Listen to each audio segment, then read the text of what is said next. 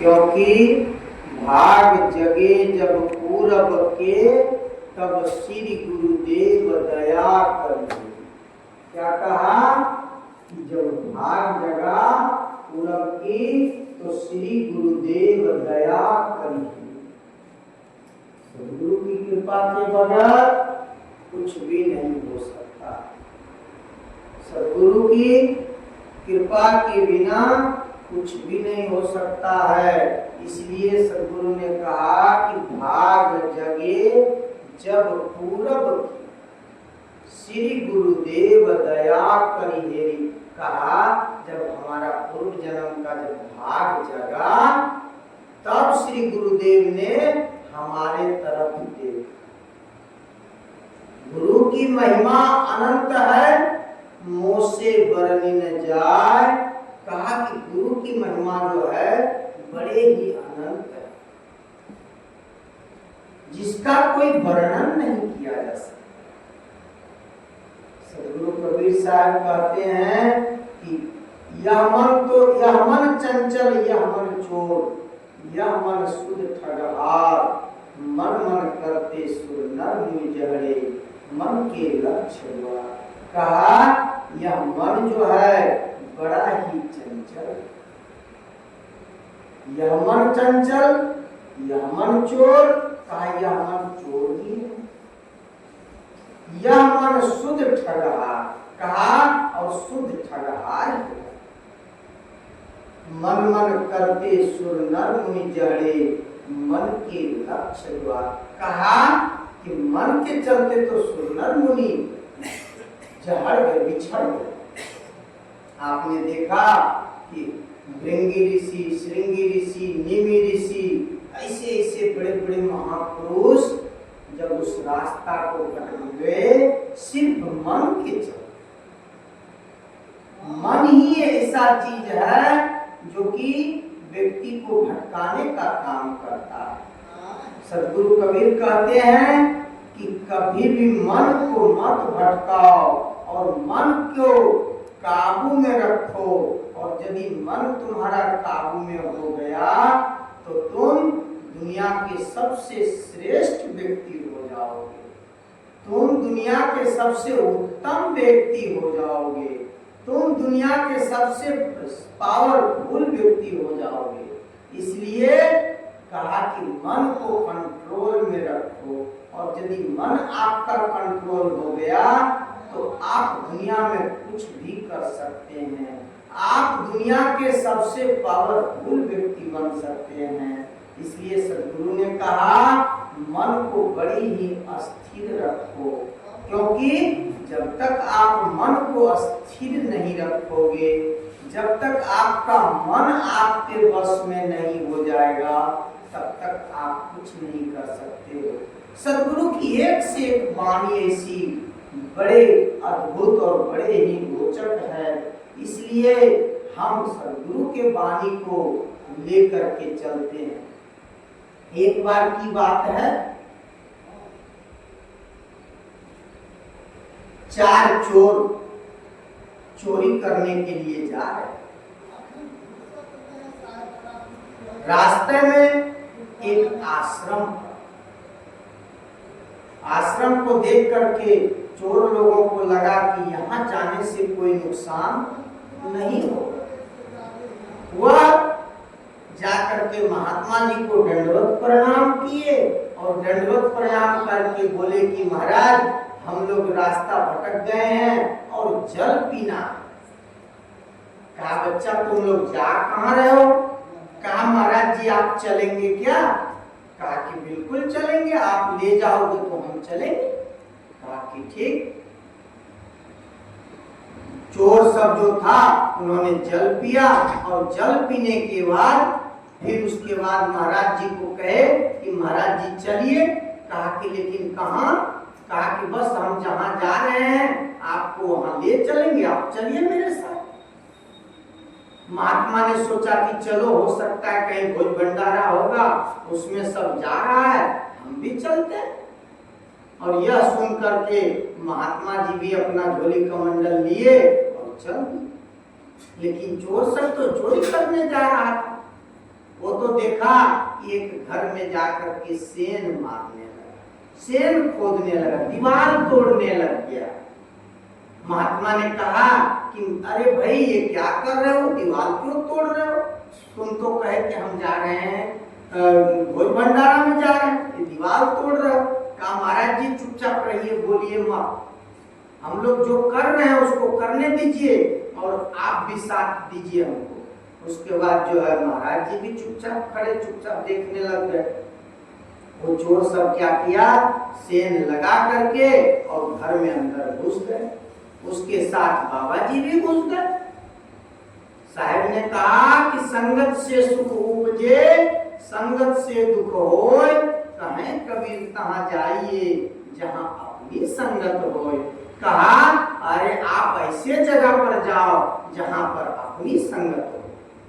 देखा कि सब लोग घुस रहे हैं तो वो भी घुस गए, महाराज जी भी घुसे और देखे कि चोर लोग अपना काम करने लग गया, अपना चोरी करने में लग गया, सब इधर उधर सामान निकालने लग गया। लेकिन महाराज जी तो कभी चोरी किए नहीं थे, महाराज ने तो कभी जानता भी नहीं था कि कैसे चोरी होता है। लेकिन उसने देखा कि एक बड़ा ही सुंदर देवस्थान भगवान का मंदिर बना हुआ था और ओ बड़े खुश हो गए महात्मा जी। बोले कि बहुत अच्छा जगह मुझे ले आया इन लोगों ने। और जा करके महाराज जी वहां बैठ करके और आंख बंद करके भगवान का पूजा करना शुरू कर दिया। उसके बाद घंटी बजाने लग गए। घंटी जब बजा तो घर परिवार के लोग सोचे करे ये रात्रि के 12 बज रहे हैं और कोई घंटी मंदिर में बजा रहा है। सब लोग भाग करके आए तो देखे कि महात्मा जी अपना बैठ करके भजन में लगे हुए हैं और घंटी अपना बजा रहे हैं, आरती कर रहे हैं भगवान का। महाराज जी क्या कर रहे हो आप? कहा कि जो मैं करने आया हूं वो कर रहा। कहा कि आप कौन कौन है? कहा कि देखो सब लोग और 4 लोग हैं, इसमें खोजो और मैं 5वां। जब खोजने लगे तो देखे वो लोग तो अपना चोरी करने में लगे हुए थे। सब लोग सोच रहे थे कि कितना माल मिल जाए, लेकिन उस महात्मा के वजह से उसके घर में चोरी होना बंद हो गया। तो इसीलिए सदगुरु कबीर ने कहा कि संगत से सुख उपजे, संगत से दुख होय, कहें कबीर तहां जाइए जहां अपनी संगत होय। कहा कि आप ऐसे जगह पर जाओ जहां की अपनी संगत हो। महात्मा का काम पूजा पाठ करना होता है, चोर का काम चोरी करना होता है। तो चोर लोग अपना चोरी करने लग गए और महात्मा लोग अपना पूजा पाठ करने लग गए।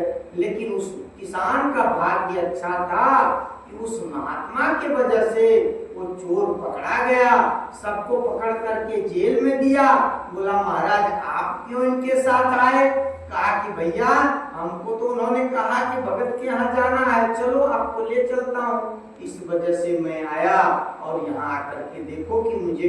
तो कहा कि महाराज आपको जेल में दे दे? कहा तुम्हारा जहाँ इच्छा करे वहां दे दो। तो महात्मा को जेल में न दे करके उस चारों चोर को जेल में दे दिया। इसीलिए कहा कि संगत जो हो वही करना चाहिए।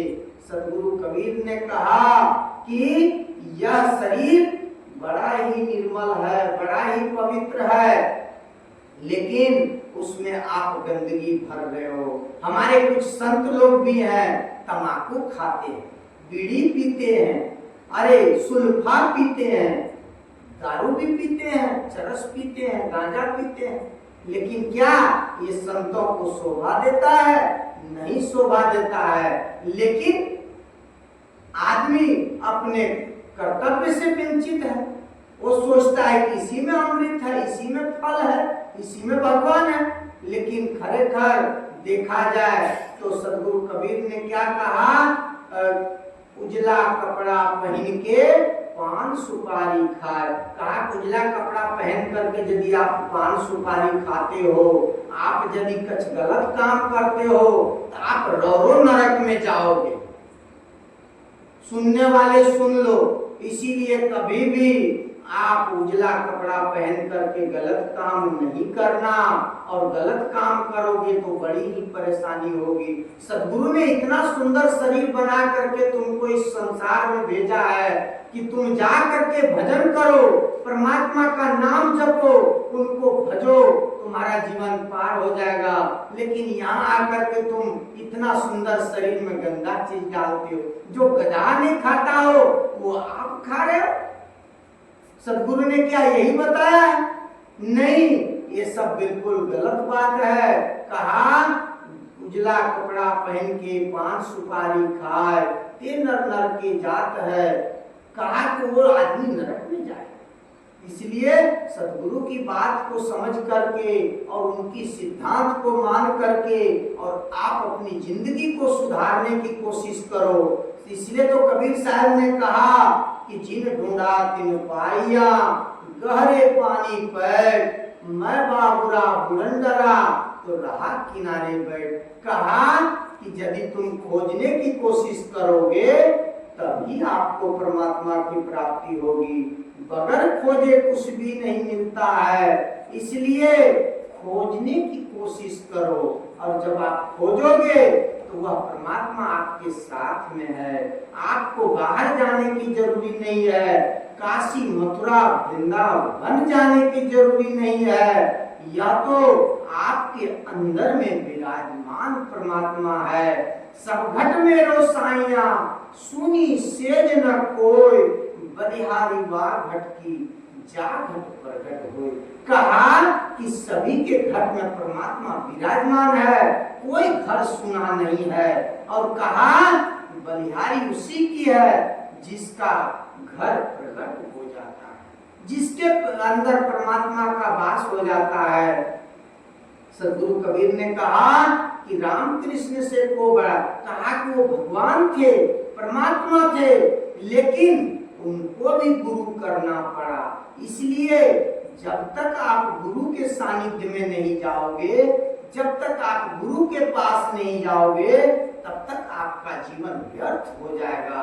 आपका जीवन में कभी भी सफलता नहीं मिलेगी। इसके लिए आपको गुरु के सानिध्य में, भगवान के सानिध्य में जाने की जरूरी है। और जब आप गुरु के सानिध्य में जाओगे तो आपको हर चीज की प्राप्ति होगी।